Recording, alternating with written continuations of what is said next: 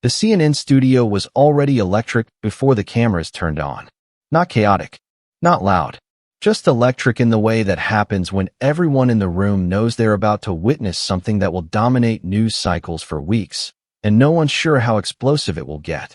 Jasmine Crockett and Candace Owens were scheduled to appear together for what had been billed as a civil discourse on political differences, a rare joint appearance between two of the most prominent young black women in politics, representing opposite ends of the ideological spectrum. It had been pitched as an opportunity for substantive debate about policy, representation, and the future of American politics. But that was just the version the public saw. Behind the scenes, there had been weeks of negotiations, legal disclaimers, and warnings from both camps about the volatility of putting these two forces in the same room. CNN's producers had agreed to strict ground rules, or at least they said they had. But just minutes before they walked onto the set, Jasmine's legal team had delivered a sealed envelope to the production staff with instructions that it be opened only if certain conditions were met during the broadcast. And those conditions were about to be triggered.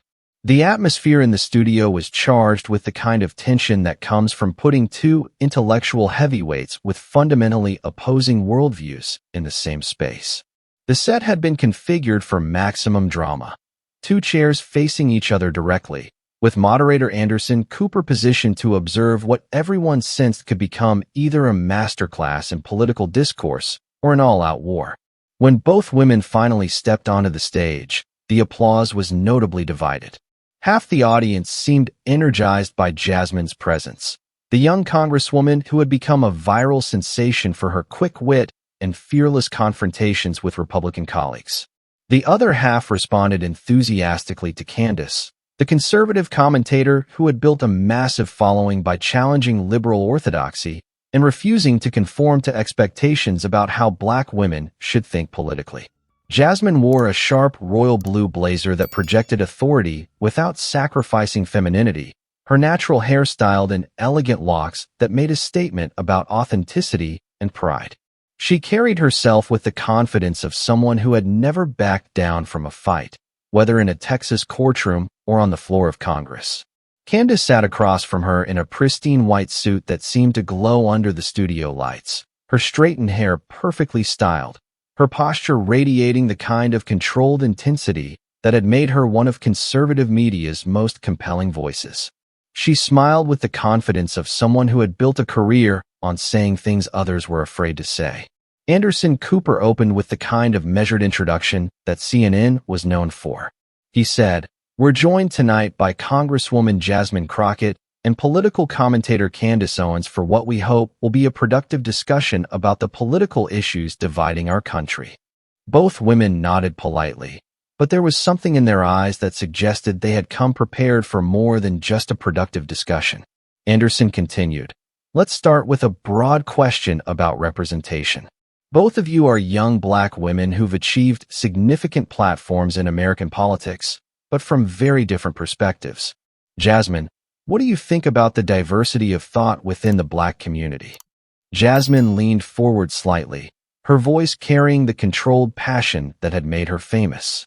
She said, "I think diversity of thought is important, Anderson.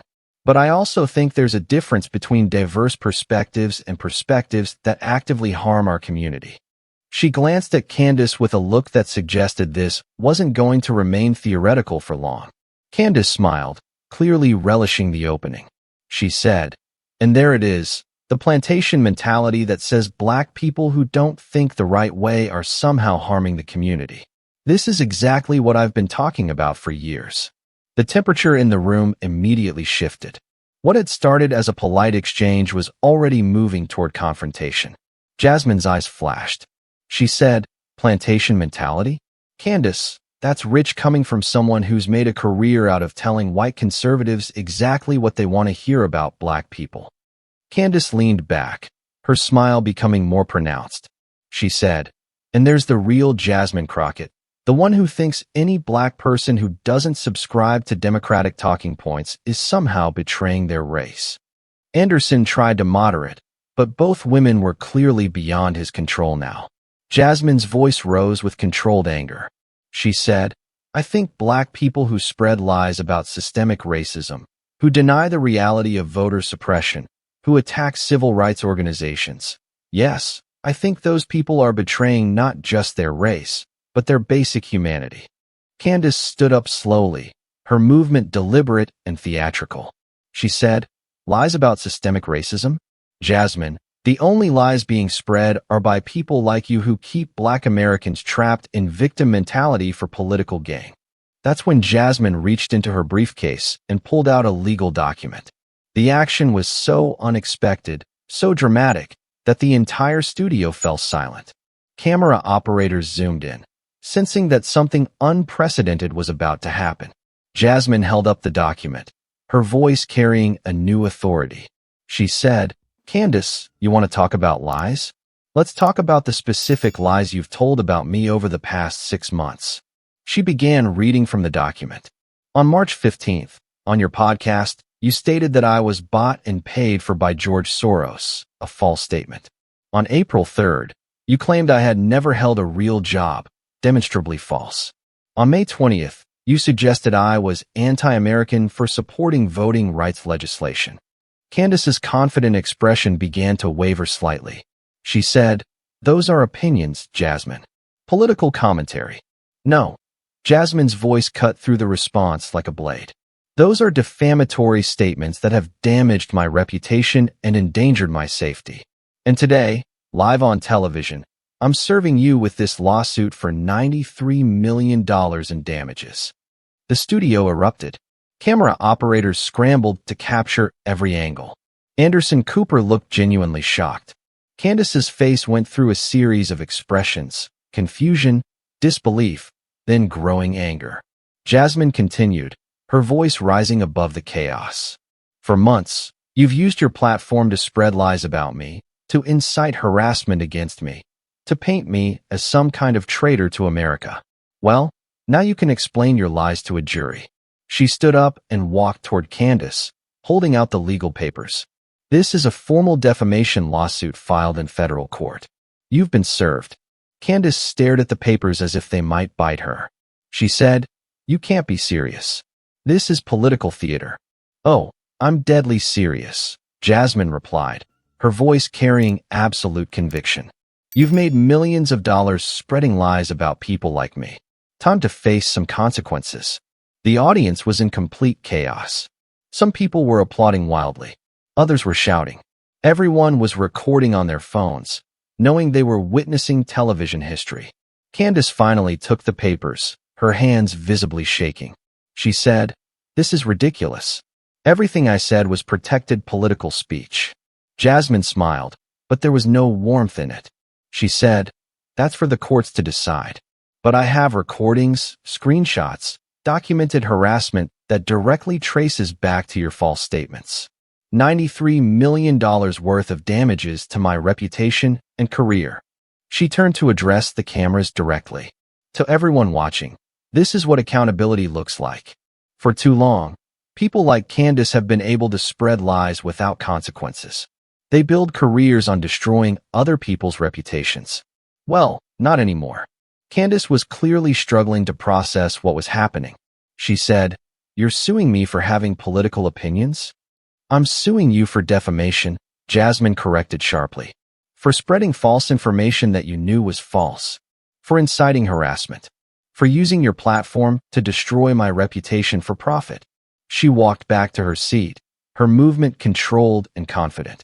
"See, Candace, there's a difference between political opinion and defamatory lies. Saying you disagree with my politics, that's opinion. Saying I'm bought and paid for by George Soros when you have no evidence, that's defamation." The legal papers seemed to burn in Candace's hands. She said, "This will never hold up in court." "Maybe," Jasmine replied calmly. "But you'll spend millions of dollars and years of your life finding out. And every false statement you've made about me will be examined under oath, in public, by legal experts." Anderson Cooper tried to regain control of the segment. He said, "This is certainly an unprecedented development." "Unprecedented?" Jasmine turned to him. "Anderson, what's unprecedented is that it took this long." Candace has been spreading lies about Democratic politicians for years. She's built her entire brand on character assassination disguised as political commentary. Candace finally found her voice again, her anger overriding her shock. She said, "You want to talk about character assassination? You've called me a sellout, a traitor, a puppet. I've called you those things based on your actions and statements." Jasmine interrupted. "I haven't fabricated stories about your funding or made up lies about your background. There's a difference between criticism and defamation." The studio was electric with tension. This had gone far beyond anything anyone had anticipated. Candace stood up, the legal papers still in her hand. She said, "This is what the left does. They can't win on ideas, so they resort to lawfare." Lawfare? Jasmine's laugh was sharp. "Candace, this is called consequences. You've spent years lying about people with no accountability. Now you get to explain your lies under oath." She pulled out her phone and held it up. "I have dozens of voicemails from people threatening me after your show. I have emails, social media messages, death threats, all directly referencing lies you told about me. That's what $93 million in damages looks like." Candace's composure completely cracked. She said, "You can't prove I caused any of that." "Actually, I can," Jasmine replied, her voice deadly calm. "I hired a forensic media analysis firm. They traced the spike in harassment directly to your false statements. The correlation is undeniable." She stood up and gathered her things. "Candace, you've made a career out of attacking people who can't fight back effectively. Well, I can fight back. And I will." As she prepared to leave, she delivered her most devastating line. "See you in court."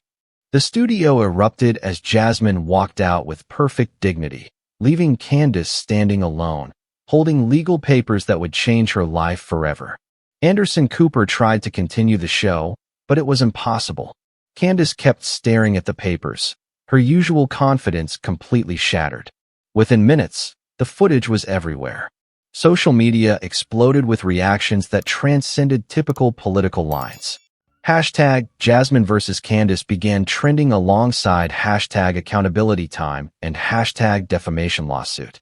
Legal experts immediately began analyzing the case on air. Some questioned whether political speech could be considered defamatory. Others noted that false statements of fact weren't protected by the First Amendment. From her car, Jasmine posted, "Actions have consequences. Lies have costs. Time for some people to learn that lesson." The response was unprecedented. Supporters praised her for standing up to what they saw as systematic character assassination. Critics accused her of trying to silence political opposition through litigation. But legal experts noted that her case appeared strong. The specific false statements, the documented harassment, the clear damages to her reputation, it all pointed to a winnable defamation case. Candace's team immediately went into damage control mode, but the video of her shocked reaction had already gone viral. The image of her holding the legal papers, her confident facade completely cracked, became an instant meme. At a press conference the following day, Jasmine was asked about the lawsuit. She said simply, "I won't be intimidated. I won't be silenced. And I won't let people profit from destroying my reputation. If that makes me litigious, so be it." The revolution wasn't just in a congresswoman fighting back against defamation. It was in proving that accountability could cross political lines. It was in showing that free speech doesn't protect false statements of fact. It was in demonstrating that sometimes the most powerful response to lies is legal action.